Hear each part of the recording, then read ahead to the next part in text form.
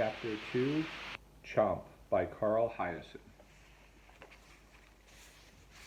Hundreds of iguanas had died and tumbled from the treetops during the big freeze in southern Florida.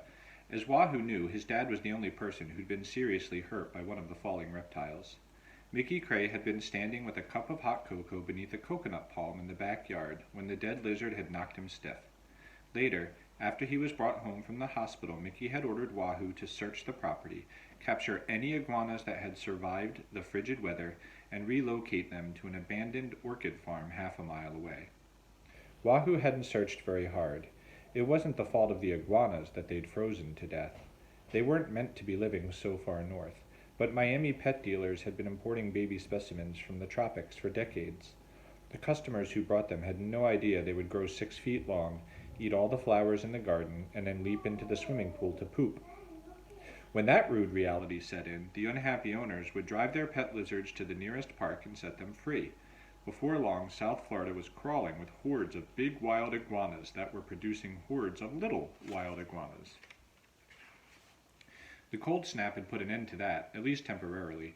On the first morning of summer vacation, Wahoo found his father in the backyard scanning the trees. "See any, Pop?" "All clear," Mickey Cray reported. Although months had passed since the accident, he was still paranoid about getting clobbered with another falling lizard. "You must be feeling better," Wahoo remarked. He was pleased to see his dad up and moving around so early. "My headache's gone," Mickey announced. Wahoo said, "No way. All those pills the doctor made me swallow, they didn't do a darn thing. Then, all of a sudden, I wake up and boom, it's like a miracle." Mickey shrugged. "Some things just can't be explained, son." But Wahoo had a theory, that his father had been cured by 5 simple words. $1,000 a day. Mickey said, "Go fetch some lettuce for Gary and Gail." Gary and Gail were 2 ancient Galapagos tortoises that Wahoo's dad had purchased from a zoo in Sarasota many years earlier, when he was new to the wildlife business. These days, there wasn't much demand from the TV nature shows for Gary and Gail, because tortoises were not exactly dynamic performers. Mickey Cray kept them around mainly for sentimental reasons. Each of the animals was more than a century old, and he didn't trust any of the other wranglers to treat them properly. The night before the big freeze, Mickey had gone out back and carefully cloaked Gail and Gary with heavy quilts so they wouldn't die. Wahoo had watched from his bedroom window. "I don't suppose he's interested in these 2, Mickey muttered while the tortoises munched loudly on their lettuce. "No, they said he wants Alice," said Wahoo, "and a major python." They were talking about their famous new client, Derek Badger. He was the star of Expedition Survival, one of the most popular shows on cable. Every week, Derek would parachute into some gnarly wilderness teeming with fierce animals, venomous snakes, and disease-carrying insects. Armed with only a Swiss Army knife and a straw, he would hike, climb, crawl, paddle, or swim back to civilization, or until he was rescued. Along the way, he'd eat bugs, rodents, worms, even the fungus on tree bark. The grosser it looked, the happier Derek Badger was to stuff it into his cheeks. Wahoo and his dad had watched Expedition Survival often enough to know that most of the wildlife scenes were fake. They were also aware that at no time was Derek's life in actual danger, since he was always accompanied by a camera crew packing food, candy, sunblock, water, first aid supplies, and most likely a large gun. "Derek's never done a show in the Everglades," Wahoo said to his father. "They say he's a humongous pain in the butt, this guy." "Just be nice, Pop. It's a lot of money." Mickey promised to behave. "So when do we get to meet the man himself?" "His assistant is supposed to stop by later." "What kind of python do they want? Burmese? African rock?" Wahoo said, "Honestly, I don't think it matters." They set to work building a pen for a young bobcat that was being delivered from a ranch up in Highlands County. The cat had been struck by a jeep and suffered a broken leg that wouldn't mend, so it could never be released back into the wild. Mickey Cray had agreed to raise the animal, and he hoped to make it tame enough for TV work. Bobcats were strong, meaning the pen had to be sturdy. Wahoo knew that a person with double vision shouldn't be using a nail gun, so he put his dad in charge of measuring and cutting the chicken wire. By noon, Mickey's headache came roaring back, and he was in misery. Wahoo steered him to the house and made him lie on the couch and fed him 4 aspirin. Minutes later, somebody started knocking on the front door. Mickey raised up and said, "That's probably the guy with the bobcat." Wahoo looked out the window and saw a woman with a shining stack of red hair. She wore tan shorts and jeweled sandals, and she was carrying a leather briefcase. "No cat," he said to his father. "Well, open the darn door." "What if she's from the bank?" Wahoo whispered. The Crays were months behind on their mortgage payments. Mickey peeked out the window. She is definitely not from the bank." Wahoo invited the woman inside. She introduced herself as Raven Stark. "I'm Derek Badger's production assistant," she said. "I brought your contract." "Excellent," said Mickey. Wahoo noticed that Raven Stark had a strong accent. He tried not to stare at her hairdo, which looked like a sculpture made of red chrome. She asked, May I take a look around?" "Nope," said Wahoo's father. Raven Stark seemed surprised. "First you gotta sign a release form," Mickey said. "I don't want to get sued if you fall into the gator pond and get bit." She laughed. "I've been doing this a long time, Mr. Cray." "You sign the release. My son will be happy to give you the grand tour." A few years earlier, Mickey Cray had invited Wahoo's elementary school class to come and see his wild animals. A boy named Tingley had ignored Wahoo's warning and reached into one of the cages to tug the tail of a grumpy raccoon, which had spun around and clawed the kid's arm so badly that it looked like the road map of Hialeah. Mickey paid for Tingley's doctor bills, though not before telling his parents that their boy was dumb as a box of rocks. Ever since then, Mickey's insurance company insisted that everyone who came on the property had to fill out a legal form saying it wasn't Mickey's fault if they got hurt. While Raven Stark signed the release, Mickey signed the contract from Expedition Survival. Wahoo noticed that he scrawled his name crookedly below the line where it was supposed to go, which meant his eyesight was still jumbled. "How long's this shoot gonna take?" Mickey asked.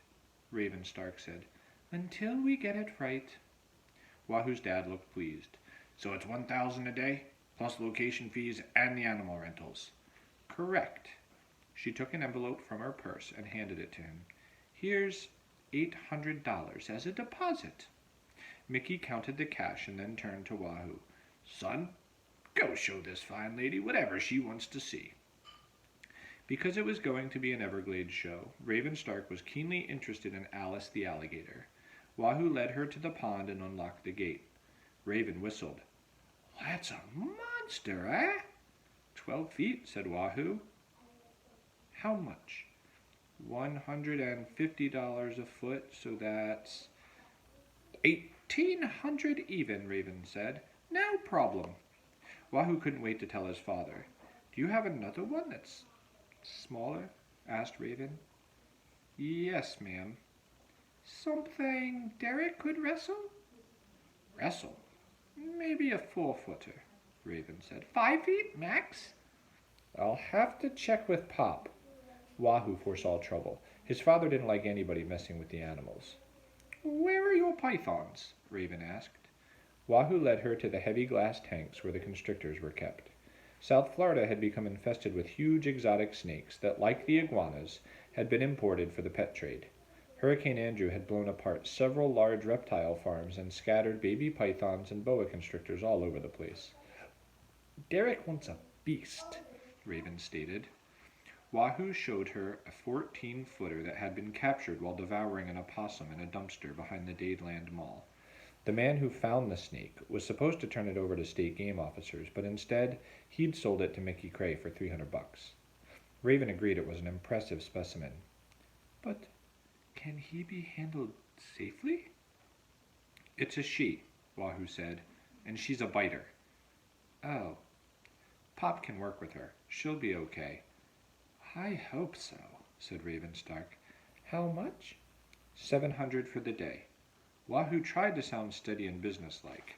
He wasn't used to handling the negotiations. The standard rental rates for pythons was $50 a foot. "Okay, fine. What did you say your name was? He told her. Is that Wahoo? Like the fish? Everybody made that assumption.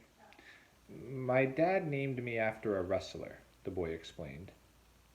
How interesting. Not really, said Wahoo. Can I ask what happened? She pointed at the white bump on Wahoo's right hand where a thumb should have been. Yes, ma'am. Alice got it. You're serious, aren't you? Quickly, Wahoo said. It wasn't her fault. It was mine. One day he'd been showing off for a girl who had come over after school to see the animals. Wahoo had brought her down to the gator pond for a feeding, but he stepped way too close to Alice, who jumped up and snapped the thawed chicken out of his grasp, taking his thumb along with it. The girl's name was Paulette, and she'd fainted on the spot. Changing the subject, Wahoo asked, Where is Mr. Badger? Paris, Raven said. Wahoo had never heard of any dangerous jungles or swamps in Paris, so he assumed the famous survivalist was taking a vacation. Vicky Cray came outside and joined them at the snake tanks. Wahoo told him that Miss Stark was interested in using Beulah, the big Burmese. Good choice, said Mickey. He appeared to be feeling better. You've seen the program, of course, Raven said. Sure, said Wahoo. It's on Thursday nights.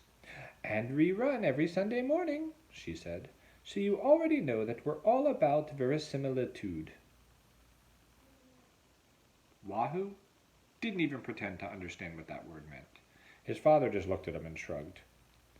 Making it real, Raven explained. On Expedition Survival, we're all about making it real. Derek considers his sacred mission, a bond of trust with our viewers. Wahoo glanced at the massive snakes coiled in their tanks. They were real enough. They just weren't wild and free. The production assistant turned to Wahoo's father. Any questions? Mickey smiled. We put our animals on TV all the time. That's what we do. Raven Stark bent down and tapped a scarlet fingernail on the glass panel that separated her from Beulah the python. Well, Mr. Cray, she said, I promise you've never done a show like Derek's.